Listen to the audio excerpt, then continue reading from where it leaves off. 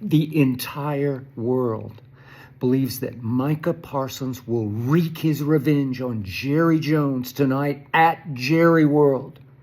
That the Dallas Cowboys have zero hope. That this is the flip side of what happened in the playoff game 2 years ago at Jerry World when the Packers came in with no hope. 7-point underdogs as opposed to tonight's 7-point favorites. I gave the Packers no shot in that game, and now nobody is giving my Dallas Cowboys any shot tonight against Micah, without Micah, and now without CeeDee Lamb, and now without our starting center and our starting rookie right guard, which means we will have 3 players on the right side of the line, center, right guard, right tackle, who weren't even drafted, will be trying to block what could be the best pass rush in pro football, probably is now that Micah has joined Rashawn Gary and Van Ness and Wyatt and Edgerrin Cooper blitzing. It's 99.9999999% certain that Green Bay will win tonight because Green Bay has beaten Dallas 11 of the last 12. Green Bay has never lost a game, ever lost a game at Jerry World. But I'm here to tell you that there's one last man standing who believes the Cowboys are going to win tonight, because I've believed they would since I saw the schedule. I just believe enough is enough. I just believe that on sheer sick and tired pride, that my Cowboys will rise up tonight and pull off the upset of the century. This is the lock of the century, says the world. But every time there's one of those games where everybody says this is going to happen, that happens. Upset of the century happens tonight. I just have a feeling, I can't even put my finger on it exactly, but I told you going to Philadelphia that my Cowboys would win the game. And ironically, with CeeDee Lamb became the reason they lost the game to the Eagles, who won again today to get to, 4-0. So they haven't lost, but we had them right where we wanted them. In the second half at Philadelphia, we held Jalen Hurts' offense to a 58-yard field goal, to 3 total points in the second half. And CeeDee had 4 drops for the game and 2 huge ones on deep passes in the fourth quarter. If he just catches one of them, I believe we win. If he catches both, I think we win convincingly. And we lost 24-20. And we barely beat what was left of Russell Wilson in overtime. But I loved the way Dak played in that game. And then I didn't love the way anybody played at Chicago, a game I was pretty certain we would win. And maybe they were pretty certain they would win also, because maybe, just maybe, they were looking ahead to this game, the no Micah game against Micah. Maybe, just maybe, the Bears rose up with pride and said, not in our house, Dallas Cowboys. We got one hit on the quarterback all day, and for the first game in Caleb Williams' career, he wasn't sacked.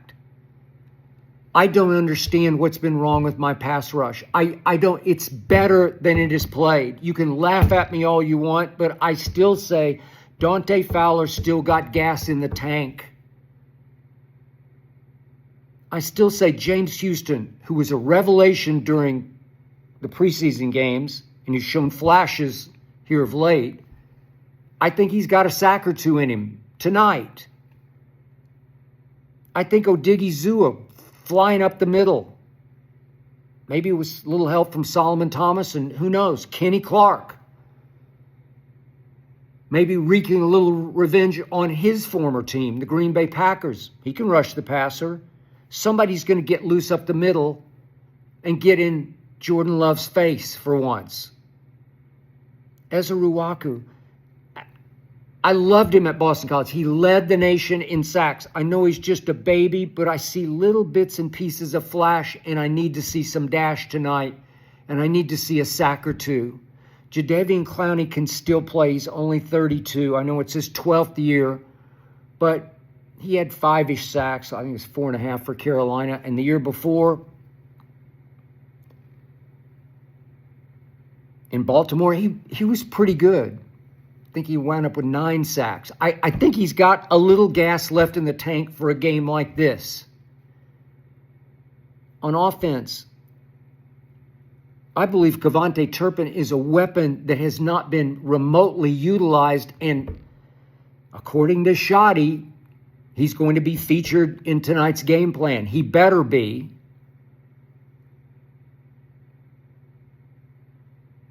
Look, George Pickens is a number one. He's a 1-8 to CEEDEE, but I think given a whole week of practice with him featured, I think he's going to make 4 or 5 big catches tonight.